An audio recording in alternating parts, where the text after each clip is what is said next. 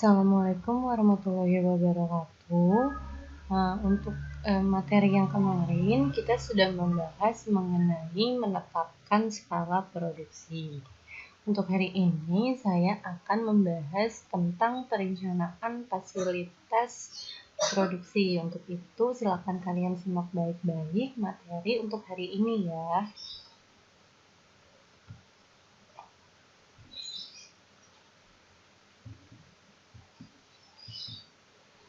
Di sini ada perencanaan fasilitas produksi. Yang pertama itu adalah tujuan perencanaan fasilitas produksi.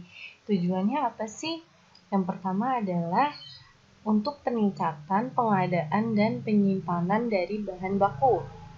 Lalu yang kedua, menggunakan tenaga kerja, peralatan, ruang, dan energi secara efektif. Jadi kita bisa menggunakan semuanya itu secara efektif. Lalu yang ketiga adalah meminimalkan investasi modal. Dan yang keempat adalah mempermudah pemeliharaan dan kepuasan kerja. Lalu di sini ada kegiatan perencanaan fasilitas produksi.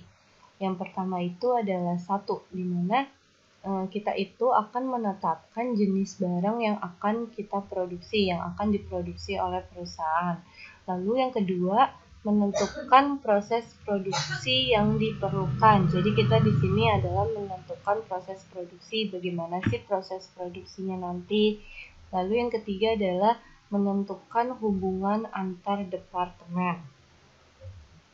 Yang keempat, menentukan kebutuhan ruangan untuk semua bagian dalam produksi. Jadi kita menentukan nih ruangan ini misalkan untuk bagian produksi apa, bagian produksi yang kayak gimana, kayak gitu. Lalu yang kelima adalah menyusun rencana fasilitas produksi, dan yang terakhir itu adalah pemeliharaan fasilitas. Selanjutnya di sini ada jenis-jenis perencanaan fasilitas produksi. Jadi dibagi menjadi dua. Yang pertama adalah perencanaan lokasi, lalu yang kedua itu adalah perencanaan tata letak pabrik. Yang pertama di sini adalah perencanaan lokasi. Jadi tujuan perencanaan lokasi itu adalah untuk menentukan bagaimana tempat pabrik atau menentukan tempat pabrik yang sebaik mungkin agar dapat berproduksi dengan lancar dan juga dengan biaya operasi yang murah dan memungkinkan kita nantinya akan memperluas di masa depan.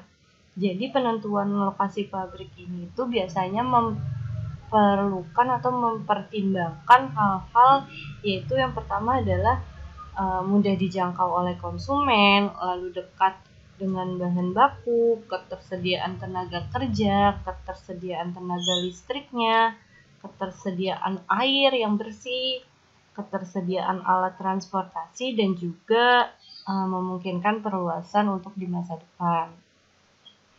Lalu yang kedua itu adalah perencanaan tata letak pabriknya. Jadi di sini dia itu merupakan salah satu tahap perencanaan fasilitas yang biasanya bertujuan untuk mengembangkan suatu sistem produksi yang efektif dan efisien, sehingga nantinya itu mampu untuk mencapai kapasitas optimal dan biaya produksi paling ekonomis.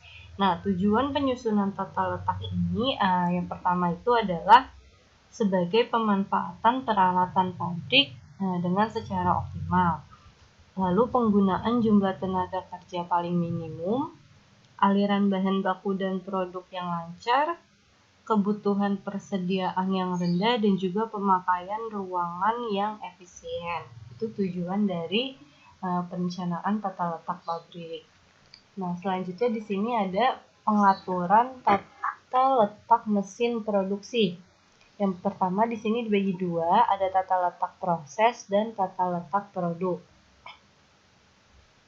Untuk tata letak proses, jadi di sini itu adalah penyusunan tata letak mesin di mana alat produksi yang sejenis itu atau berfungsi sama ditempatkan pada bagian yang sama.